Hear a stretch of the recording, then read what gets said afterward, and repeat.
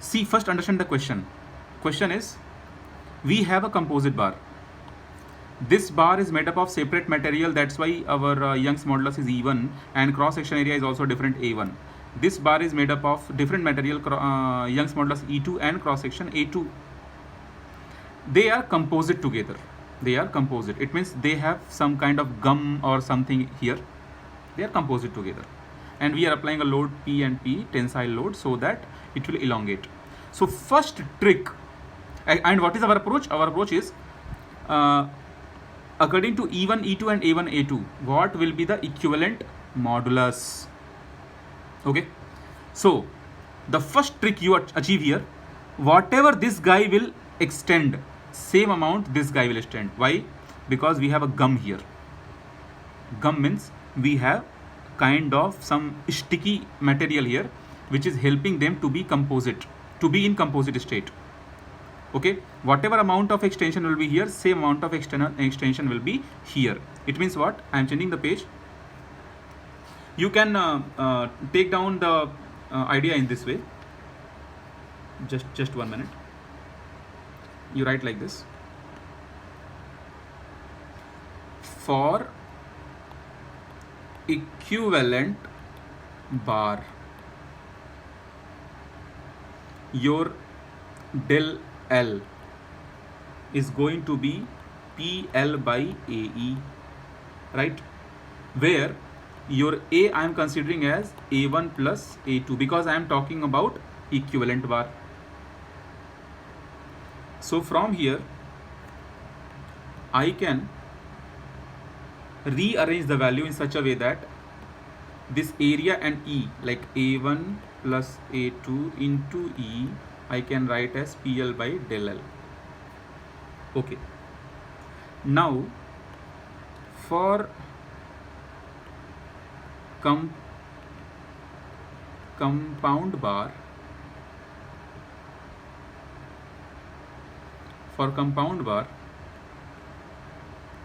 strain in bar 1 will be equal to strain in bar 2. Why? Because their length is same. It means what? P1 load by E1 will be equal to P2 load by E2. Correct? What is P1 load? What is P2 load? When you have a bar like this, but they are two different bars, when you apply load here P, so of course they both will experience different type of loading, correct? So one will experience P1 loading, one will experience P2 loading, because their material is different. So their molecular structure will be different. That's why the internal loading will be different in both. That's why we are getting P1 and P2. So from here I can find out ratio of P1 by P2. It will be E1 by E2. Okay. So you can put this as equation 1 and this one as equation 2. Then there is something else to do. Now almost done. How will you find out relation between this P1, this P2 and this P? How to find out that? So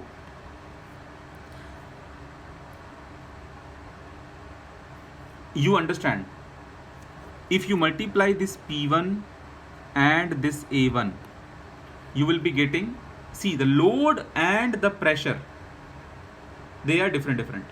Load is different, pressure is different. If I will multiply P1, let me change the page. I can change the page. First you finish, then I'll change the page.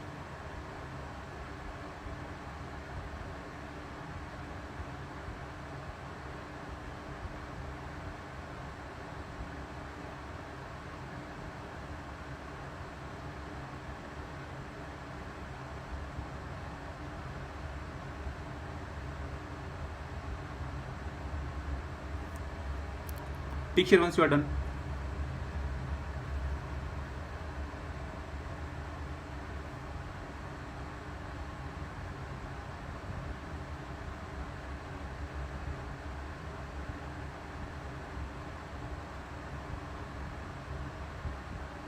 Okay, very good.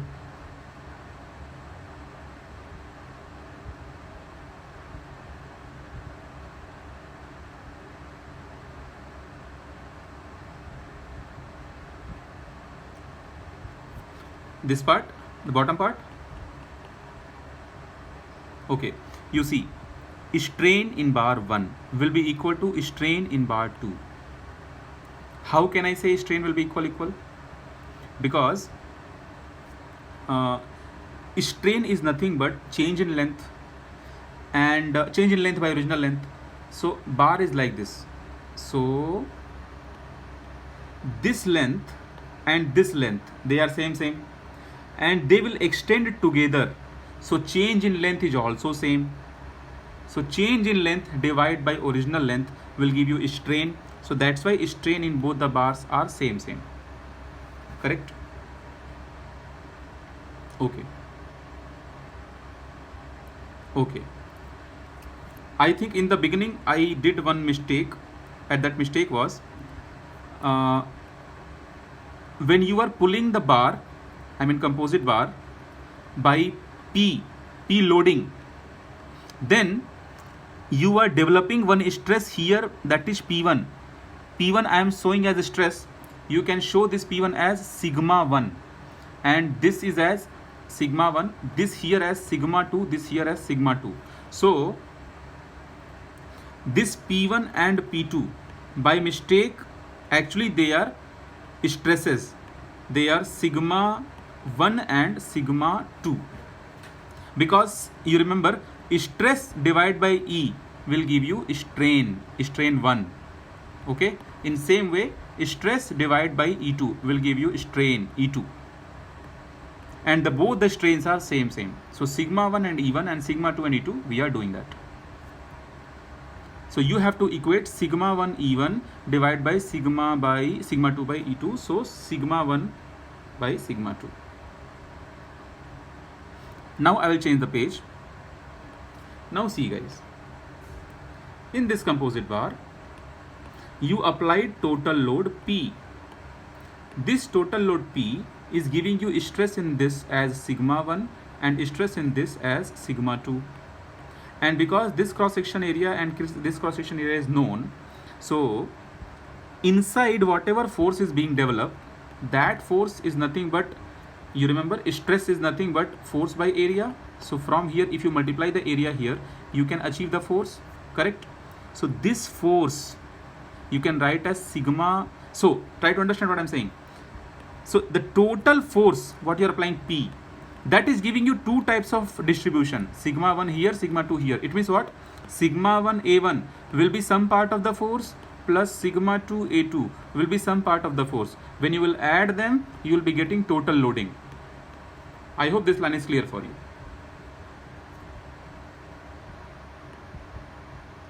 And just now you have got sigma 1 by sigma 2 is equal to E1 by E2.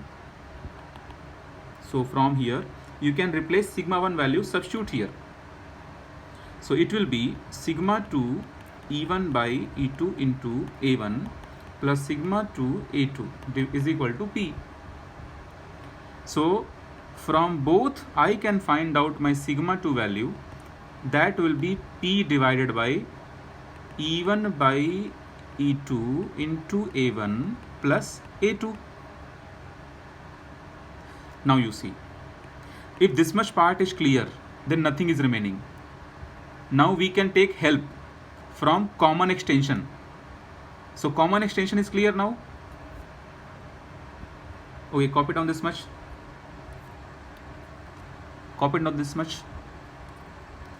Tick here once you are done.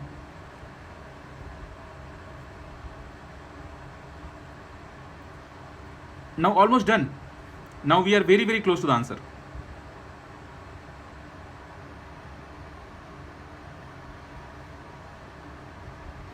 Very good.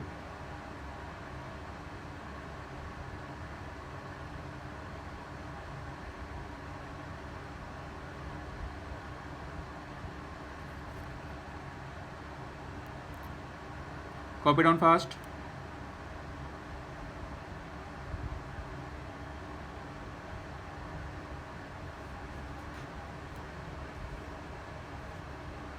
Okay.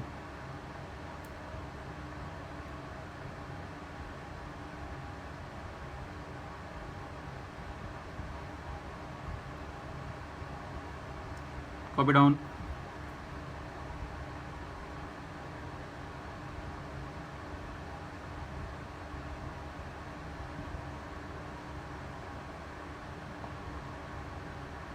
And you understand, because they both are common extension, this is also giving you common extension. I mean, they both are extending same, right?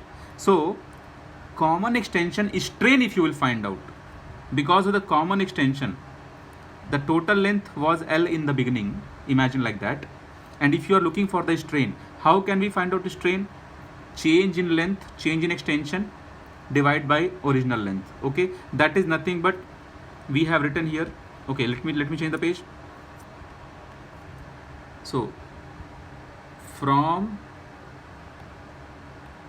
common extension, what is common extension symbol? You can just give del L. Del L by L is nothing but, that is a strain equivalent both, right? Sigma 2 E2 and sigma 1 E1, they are same. So take down these two. So del L is equal to sigma 2 E2 into L. Then almost done. This part you have to replace, and you can find out common extension. But how will you replace this part? Just now we have got this value. I will write again. Sigma 2 value just now we got P by E1 by E2 into A1 plus A2. So sigma 2 value you replace from this. So your del L will be, PL whole divided by A1 E1 plus A2 E2. Okay, and you already know, first copy this much, then almost clear now.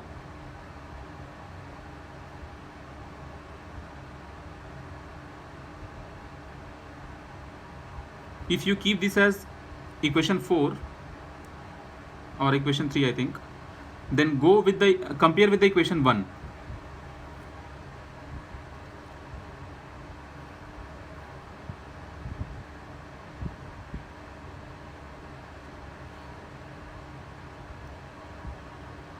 This we got del L value,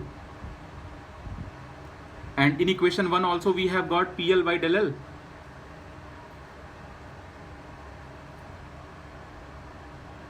I will change the page so that you should not be confused. This part I am talking, this part, if you can take care very well, I will change the page. We are getting del L is equal to PL by A1 E1 plus A2 E2.